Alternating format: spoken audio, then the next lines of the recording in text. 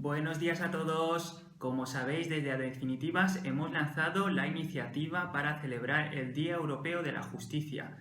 En nuestras encuestas hemos recibido la siguiente pregunta: ¿qué podemos hacer si nuestro abogado no nos defiende bien? En primer lugar, debo decir que cuando contratas a un abogado es porque te transmite seriedad, profesionalidad y, en definitivas, porque confías en él. Si has perdido esa confianza por causas subjetivas o crees que otro abogado es mejor, debes saber que puedes cambiar cuando quieras. No es habitual, de hecho es muy raro que pase. Si te encuentras con un abogado poco profesional, por ejemplo, se le ha olvidado presentar un recurso, o tienes juicio y no ha venido, o incluso no te informa del estado de tu asunto.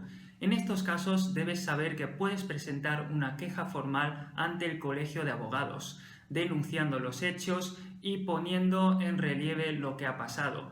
En este caso, el colegio examinará el asunto y, en su caso, impondrá la sanción correspondiente al abogado. También debes saber que, según la gravedad del asunto, tú puedes reclamar ante los tribunales una compensación económica por la negligencia profesional que hayas podido sufrir por el despiste del abogado. En todo caso, espero que nunca tengáis que presentar esta queja, porque nuestros compañeros son muy profesionales y dedicamos mucho esfuerzo en nuestro trabajo. ¡Hasta luego! La RAE, entre sus distintas acepciones, define el concepto de alunizaje como el procedimiento utilizado para robar en un establecimiento, consistente en estrellar un vehículo contra el escaparate para romper la luna y así facilitar el acceso a los ladrones.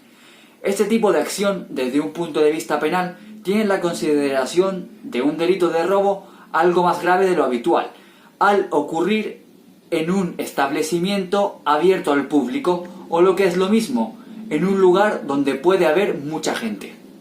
Por tanto, si tenéis intención de realizar un alunizaje, tenéis que tener en cuenta que la condena es casi segura, y además que la pena de prisión irá de entre los 2 a los 5 años, siempre que esto ocurra en el horario de apertura al público. Por último, tenéis que tener en cuenta que si este delito reviste especial gravedad, los objetos que se roban son de mucho valor, o lo haces en un grupo o en una banda, esto será considerado aún más grave y la pena podría alcanzar incluso los 6 años de prisión. Los clientes nos encargan la resolución de un conflicto concreto. A partir de ese encargo nace una relación de confianza entre cliente y abogado, y fruto de esa confianza nace la responsabilidad que tenemos los abogados con nuestros clientes. Y es en esa responsabilidad donde me voy a centrar para responder a la pregunta planteada. Y es que no es que tengamos que asumir los problemas de los clientes como si fuesen nuestros propios, es que es nuestra obligación como profesionales luchar y pelear por los intereses de nuestros clientes tanto o más como si fuesen los nuestros propios. La verdad es que el sector jurídico está complicado, no os vamos a engañar. Pero si ponéis esfuerzo, si sois trabajadores, si tenéis iniciativa y si potenciáis una serie de soft skills como por ejemplo la negociación o la oratoria, no vais a tener ningún tipo de problema.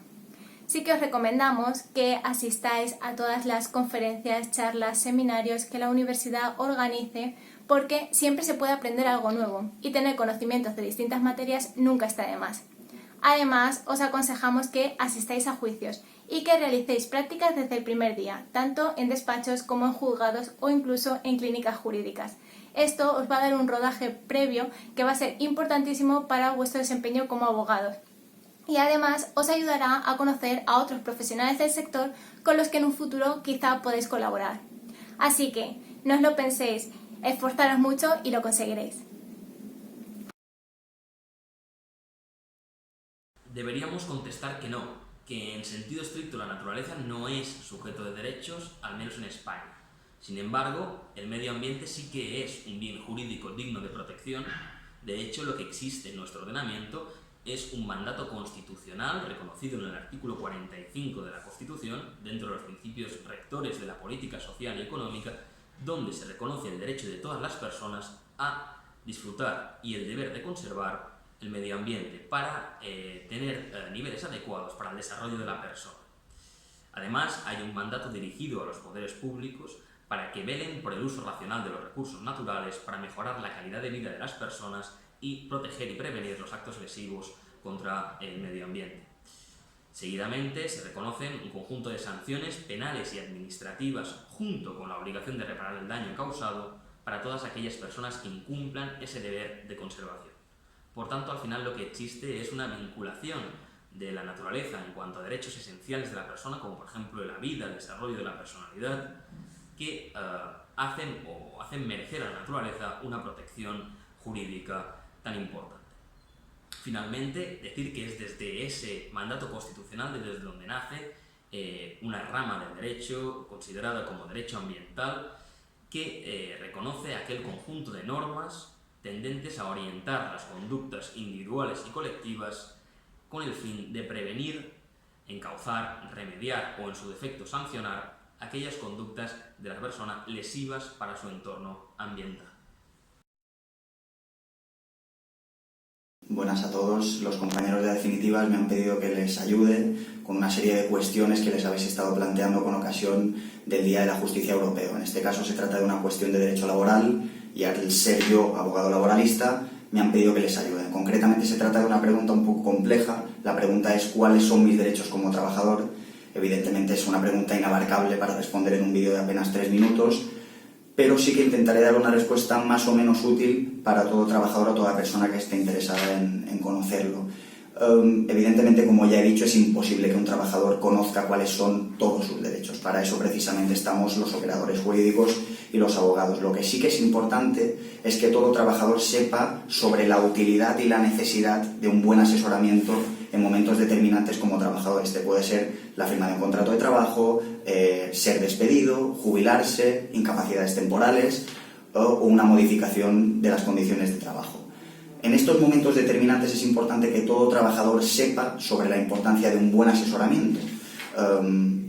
Dicho esto, considero que también es importante que los trabajadores conozcan cuáles son las fuentes de los derechos que tienen como trabajador. Principalmente la norma básica es el Estatuto de los Trabajadores y también es muy importante que todos los trabajadores conozcan cuál es su convenio colectivo de aplicación. Los convenios colectivos pueden ser de sector o de empresa.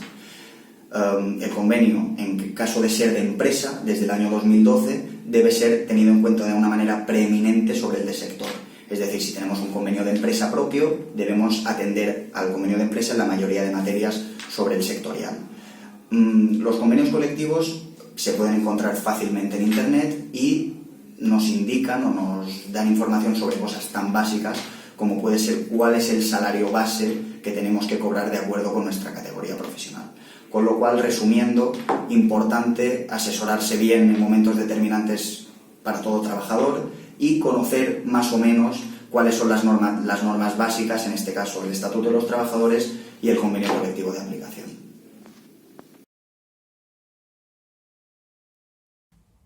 Nos habéis preguntado si hay que pagar al abogado de oficio.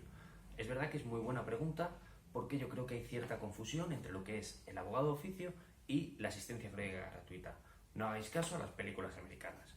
El abogado de oficio y que el abogado nos salga gratis son cosas distintas. El abogado siempre vamos a tener derecho a él cuando la acción judicial en concreto así lo requiera. En ese caso, el juzgado se pondrá en contacto con el turno de oficio y nos asignará un abogado. Ese abogado va a llegar con unos papeles que nos ayudará a rellenar. En función de lo que incluyamos allí, esa asistencia y las siguientes, si las hay, nos saldrá gratis o no. ¿Cuándo nos sale gratis? ¿Cuándo tenemos derecho a la asistencia jurídica gratuita? Pues si no ganamos mucho, considerando que tengamos niños a cargo, que haya personas mayores que dependan de nosotros, o casos muy concretos como la violencia de género, que siempre tenemos derecho a la asistencia jurídica gratuita. Entonces, cuando venga el abogado de oficio, pediremos la asistencia jurídica gratuita. Son cosas separadas. Si luego se considera que tenemos un salario o unas ganancias suficientes como para pagar los servicios de un abogado, se nos dirá que debemos pagarlos. Si no tenemos un salario muy elevado o no ganamos mucho dinero, se nos reconocerá ese derecho a la asistencia jurídica gratuita y no tendremos que pagarle. Hola, buenas. Contestando a la pregunta de si es posible que un abogado se defienda a sí mismo, debemos contestar que, bueno, en primer lugar, la ley lo permite, ¿vale? El Código Deontológico de la Abogacía no lo prohíbe, pero desde un punto de vista profesional es muy poco recomendable que se haga.